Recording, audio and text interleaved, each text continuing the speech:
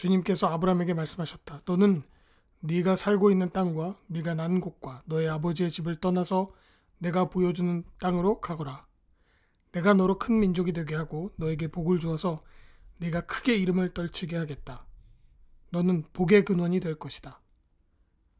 너를 축복하는 사람에게는 내가 복을 베풀고 너를 저주하는 사람에게는 내가 저주를 내릴 것이다. 땅에 사는 모든 민족이 너로 말미암아 복을 받을 것이다. 아브라함은 주님께서 말씀하신 대로 길을 떠났다. 롯도 그와 함께 길을 떠났다. 아브라함이 하란을 떠날 때의 나이는 75이었다. 해마다 추운 계절이 되면 우리가 서로 하는 인사가 있습니다. 새해 복 많이 받으세요. 이거죠. 양력과 음력에 모두 한 번씩 하는 것 같습니다. 복을 많이 받기를 서로 바라는 것이지요. 그리고 20년 전에는 한 배우가 여러분 부자 되세요 꼭이요 라고 하는 광고가 공전의 히트를 친 적이 있습니다. 꼭 부자가 되라고 하는 이 광고는 사실 신용카드가 만든 광고였습니다. 상당히 아이러니하죠. 부자가 되기를 원하는 신용카드 회사의 광고. 아무튼 이 회사의 광고 이후로 우리가 말하는 복의 개념의 상당 부분은 돈이 만들어주는 부자를 말하는 것 같습니다. 물론 이 복을 비는 마음에는 또 자녀가 좋은 대학에 간다든지 교통사고가 놀랍게도 나를 피해만 간다든지 아니면 뭐 배우자가 바람을 피지 않는다든지 뭐 이런 소소한 바람들, 하여튼 그런 바람들이 들어가 있습니다. 그러다 보니 알게 모르게 수험생들 지갑에는 그 요상하게 생긴 부적들이 들어가 있고요. 개업한 음식점에는 이렇게 막 이렇게 생선이 붙어 있기도 하고요. 돌아가신 분을 위해서 명당 자리를 찾기도 합니다. 그래서 뭔가 복이라고 말하면 상당히 비과학적이면서 심지어 약간 미신적인 느낌이 들기도 하죠. 그럼 그 성서는 복을 뭐라고 할지 보도록 하죠. 성서에서도 복을 다루고 있습니다. 복이란 단어가 상당히 흔하게 나오는 말이기도 합니다. 다만 그 예수님 이전 시대의 복과 예수님 이후의 시대의 복이 조금 다릅니다. 예수님이 말한 복은 이전 시대, 즉 구약 성서의 복을 상당 수준으로 좀 업그레이드한, 그래서 거의 예전 모습을 찾아보기 어려운 그런 새로운 개념처럼 보입니다. 그렇지만 사실 예수님이 말한 복들이 원래 하나님이 생각한 복의 개념의 본질을 좀 더 찾아가고 있다고 볼 수 있습니다. 그런데요, 그 예수님 이전 시대의 복, 구약 성서의 복은 제가 처음에 말한 우리가 막 간절히 바라는 그런 복들이 있었잖아요. 그런 내용과 상당 부분 흡사합니다. 그건 우리말로 하면 번영하다라는 말로 해석할 수 있습니다. 즉 하는 일들이 잘 되어서 부와 명예를 쌓는 것을 말합니다. 그래서 아픔이 없는 건강함, 오래오래 사는 것, 부자가 되는 것, 안전하고 평화로운 것, 뭐 기후가 좋아서 농사가 잘 되는 것, 아이를 많이 낳는 것, 이런 것들입니다. 지금 말로 하자면 행운이거나 성공 같은 말로 해도 틀리지 않습니다. 그리고 오늘 우리가 본 본문에서 하나님이 이런 복을 한 사람에게 약속하는 장면을 볼 수 있었습니다. 우리가 흔히 교회에서 보면 그 예수님을 믿게 된 사람들, 그리스도인이 된 사람들 중에는 두 가지 부류 정도가 있을 수 있습니다. 한 부류는 부모님이 가진 기독교 신앙 때문에 혹은 국가의 체제나 교육 속에서 자연스럽게 신앙을 갖게 된 사람들이 있습니다. 그리고 다른 부류는 이런 기독교적 배경 없이 예수님을 믿게 된 분들도 계시지요. 즉 자신의 결단으로 회심한 사람들도 있습니다. 이런 분들은 대체로 어떤 좀 특별한 경험을 하거나 아니면 시간이 좀 걸린다 할지라도 그 사람 안에 좀 해석하기 어려운 사건들이 발생해서 그 사람의 마음을 바꾼 경우입니다. 그래서 이런 분들은 그리스도인이 되는 터닝 포인트를 갖고 계신 분들이 있죠. 오늘 본문에서 아브라함이 바로 그 특별한 순간을 맞이하고 있습니다. 아브라함은 정확하게 이야기하자면 우리가 알고 있는 유대인이 아니었습니다. 외지인이죠. 그 팔레스타인 지역의 사람도 아니에요. 야훼를 들어본 적도 없고 야훼를 믿지도 않던 사람. 그냥 자기 지역의 신을 섬기던 사람이었습니다.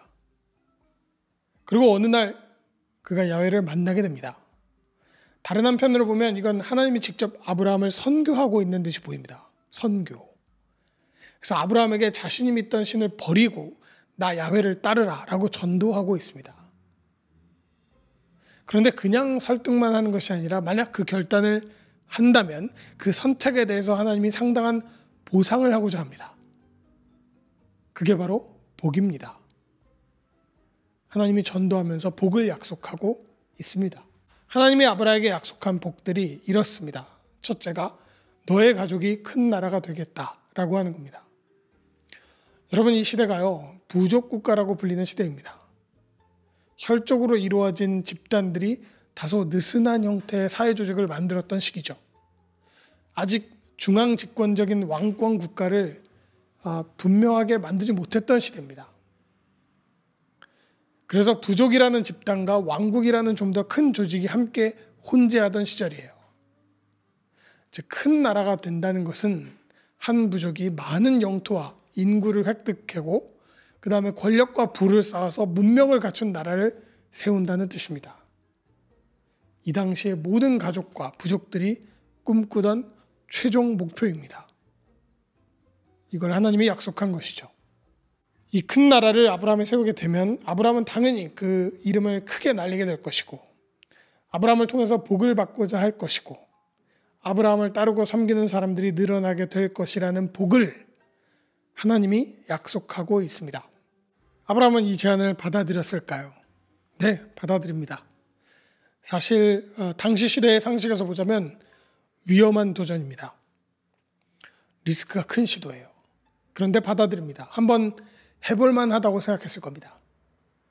자신의 이름을 가진 큰 나라와 민족을 이루게 된다는 것은 야망을 가졌다면 한번 도전해 볼 만한 꿈이지요.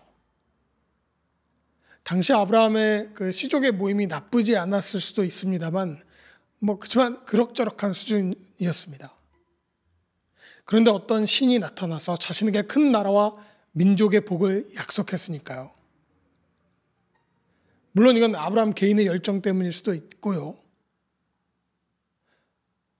아마 이런 선택을 한 결정적인 근거는 아마 그가 만난 하나님이 너무너무 생생하고 그 힘을 믿을 만하다는 느낌을 가졌을 겁니다. 그래서 아브라함은 그 야훼를 믿기로 합니다. 그런데 이 복에 대한 제안, 하나님에게로 회심하여서 큰 민족을 이루는 제안에는 한 가지 조건이 있었으니 그게 바로 네가 살고 있는 나라, 지역, 부족을 떠나 호를 단신으로 어떠한 연고도 없는 지역으로 이주해야 한다는 것이었습니다. 그냥 야훼신을 받아들이는 것 말고도 삶의 큰 전환점을 만들어야 한다는 조건이 있었습니다. 아브라함은 이걸 또 받아들입니다. 그리고 자신의 대가족의 배경을 버리고 이제 아내와 조카를 데리고 떠나게 됩니다. 자식이 없었어요. 이때 다시 한번 야훼에 대한 믿음이 제법 단단했다는 것을 볼 수 있습니다. 자, 여기서 다른 이야기 하나를 하도록 하죠. 이건 제가 만들어낸 이야기입니다. 이야기는 어렵지 않으실 거예요. 한 아빠가 있었습니다. 이 아빠는 자신의 단 한 명뿐인 딸을 아주 사랑했어요. 엄마는 안타깝게도 딸이 초등학교 시절에 갑작스런 병으로 세상을 떠났습니다. 아빠와 딸은 사이가 되게 돈독했어요. 그리고 아빠는 오래전부터 한 가지 마음에 결심한 것이 있었습니다. 그게 딸이 성인이 되면, 어른이 되면 빨간색 작은 차를 하나 사주겠다고 생각했습니다. 사실 딸이 아주 어린 시절부터 이런 생각을 했습니다. 아빠가 엄마를 처음 만났을 때 그 엄마는 빨간색 작은 차를 타고 다녔었는데 그 모습이 너무 사랑스러웠었거든요. 그래서 자기가 딸이 생기게 되면 차를 사주고 싶어 했어요. 그리고 이제 딸이 고등학교를 졸업하게 되었습니다. 아빠는 그동안 모아놓은 돈으로 차를 살 준비를 마쳤어요. 그리고 자기가 살 차의 그 카탈로그를 딸에게 보여주면서 말했죠. 딸, 이 차는 내가 어렸을 때부터 너에게 주려고 한 차야. 이제 이 차를 내가 마음껏 탔으면 좋겠다. 딸은 너무너무 좋아했습니다. 그런데 여기서 아빠가 한 가지 조건을 걸었어요.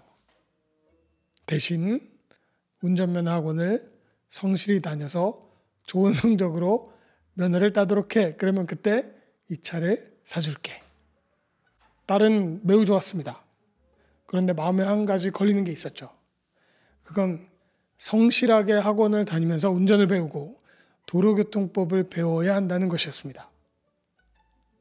딸은 사실 이제 고등학교를 막 졸업해서 친구들과 여행도 가고 늦게까지 드라마도 보고 그동안 못했던 즐거운 것들을 할 준비가 되어 있었거든요. 책은 다시는 보지 않으리라 이런 생각을 하며 놀 준비를 마쳤습니다. 그런데 이제 또 시험 공부를 해야 한다니 이게 막 어려운 건 아니지만 불편합니다. 그래서 아빠가 약속한 뒤에 그러곤 며칠이 지나가게 되었습니다. 여러분 생각에는 이 딸이 언제쯤 면허를 따게 될까요? 여러분, 이 빨간색 차는 딸의 것입니다. 원래 딸의 것입니다. 딸이 무언가를 잘해서 얻은 것도 아니고 딸이 노력해서 얻은 것도 아닌 딸이 어렸을 때부터 아버지가 사주기로 작정한 딸의 것입니다. 사실 딸은 어렸을 때부터 차가 있었던 거나 마찬가지입니다. 그냥 그건 원래 딸의 것입니다. 다만 그 딸이 성실히 운전면허 교육을 받고 좋은 성적을 받으면 그 차를 운전할 수 있게 되는 것이지요. 물론 자기의 것이지만 그냥 운전하는 것은 아닙니다.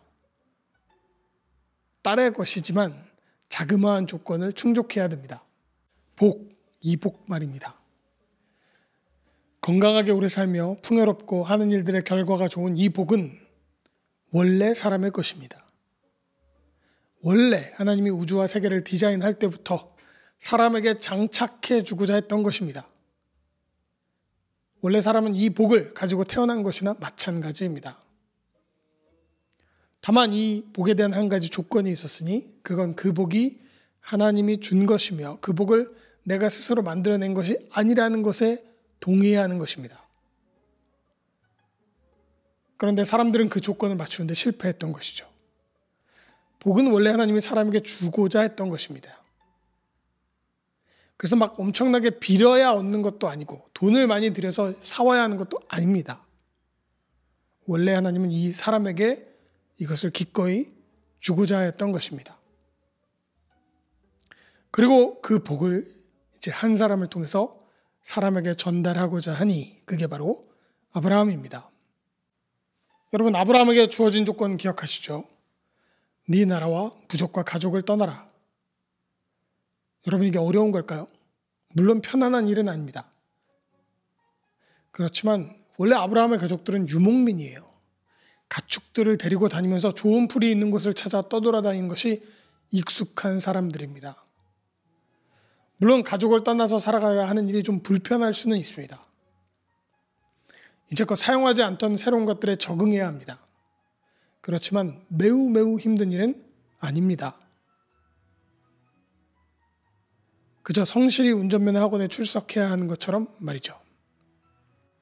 그렇지만 이 가족을 떠나 새로운 지역으로 이주하는 불편함에 비해 하나님이 약속한 복은 꽤나 묵직하고 고결한 것들입니다.